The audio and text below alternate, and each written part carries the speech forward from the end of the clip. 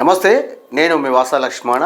ఆర్మూరు మాజీ ఎమ్మెల్యే జీవన్ రెడ్డి గారు పోలీసుల గురించి ఏ విధంగా మాట్లాడుతుందో ఒకసారి మీరు వినండి మిట్లారా.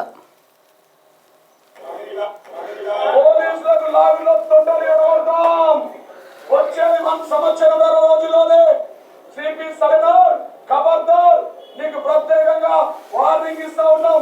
నువ్వు ఏం పిక్కుంటో పిక్కో, మా బాసుడు కానీ నాకు వచ్చే పిక్కోలేవు. నువ్వు నా మీద 2023లో నువ్వు కేసు పెట్టినప్పుడు ఇవాళ మా బాసునే పిక్తావు ఆయన.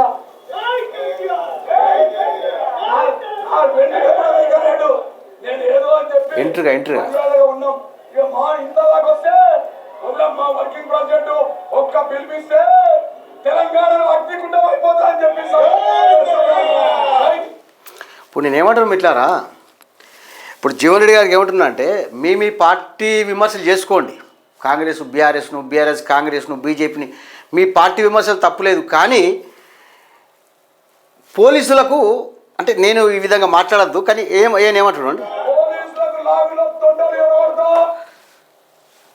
పోలీసుల గట తొడ జరుగుతామని జీవన్ రెడ్డి గారు అంటున్నారు. పోలీసుల పరిస్థితి కూడా ఎట్లయిపోయిందంటే వారు ఉద్యోగంలో చేరేటప్పుడు ఏ లక్ష్యంతో చేరుతారో ఆ లక్ష్యాన్ని వారు మర్చిపోతారు. ఇలాంటి వాళ్ళ వల్ల ఏ పార్టీ అధికారం ఉంటే ఆ పార్టీ పోలీసులపై ఒక ఉక్కుపాదం మోపి వారికి అనుకూలంగా చేయించుకునే ప్రయత్నం చేస్తున్నారు. ఇది కూడా కొద్దిగా బాధ కలిగించే అంశమే.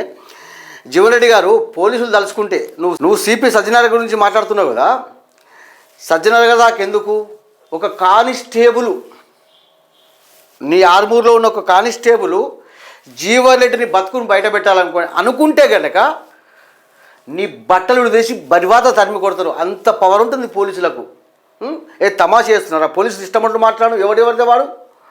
అరే మీ రాజకీయ విమర్శలు మీరు చేసుకుంటారా బాబు? ఇట్లా పోలీసులు ఎందుకు ఇష్టానుసారంగా మాట్లాడతారు? ఆ వృత్తిని గౌరవించాలి కదా. ఒక వ్యక్తి పోలీసు కావాలంటే ఎంత కఠోరంగా శ్రమిస్తే పోలీసు అవుతారు. మీరేమో ఇప్పుడు ఇంకోటి ఏదో మాట్లాడు జీవన్ రెడ్డి ఏమో మాట్లాడుతుండో వచ్చేది 1 సంవత్సరం రోజుల్లోనే సిపి 2023లో నువ్వు కేసు పెట్టినప్పుడు ఇవాళ మా బాసునే పిలుస్తావు ఆయన. మీ బాస్ జీవన్ రెడ్డి నేను ఎక్కువ అంటే ఇప్పుడు నువ్వు మాట్లాడిన అవలో మాటలకు కేటీఆర్ గారిని లాగదలుచుకోలేదు. కానీ ఇప్పుడు మున్సిపల్ ఎన్నికల్లో లేకుంటే ఇప్పుడు కేటీఆర్ గురించి మాట్లాడుతుంటే ఇది కరెక్ట్ కాదు మిట్లారా. ఎందుకంటే మనము పోలీసు వ్యవస్థను గౌరవించాలి. ఇలా పోలీసులు చలో అక్కడక్కడ తప్పులు జరిగి ఉండొచ్చు కాక, కానీ మెజార్టీ పోలీసులు పండుగలకు పబ్బాలకు కావచ్చు, ఇలా రాత్రి మనం స్వేచ్ఛగా ఇంట్లో నిద్రపోతున్నామంటే పోలీసులు వారి కుటుంబాన్ని త్యాగం చేస్తూ మన కోసం పనిచేస్తేనే మనం స్వేచ్ఛగా ఉంటున్నాం. ఈ విషయం గుర్తుపెట్టుకున్నా. మొన్న సంధ్య రెడ్డి గారు కూడా జీవన్ రెడ్డి గురించి మాట్లాడిన మాటలు విన్నా నేను. నిజంగా ఆమె ఎట్లా మాట్లాడిందంటే ఆమె మాట్లాడిన మాటలకు జీవన్ రెడ్డి ఊరేసుకుని చచ్చిపోవాలి. కానీ మాలాంటి వాళ్ళ నోటికి సెన్సార్ ఉంటుంది కాబట్టి తక్కువ మాట్లాడుతున్నాం. జీవన్ రెడ్డి ఇలాంటి వాక్యాలు సరికాదు, గుర్తుపెట్టుకో.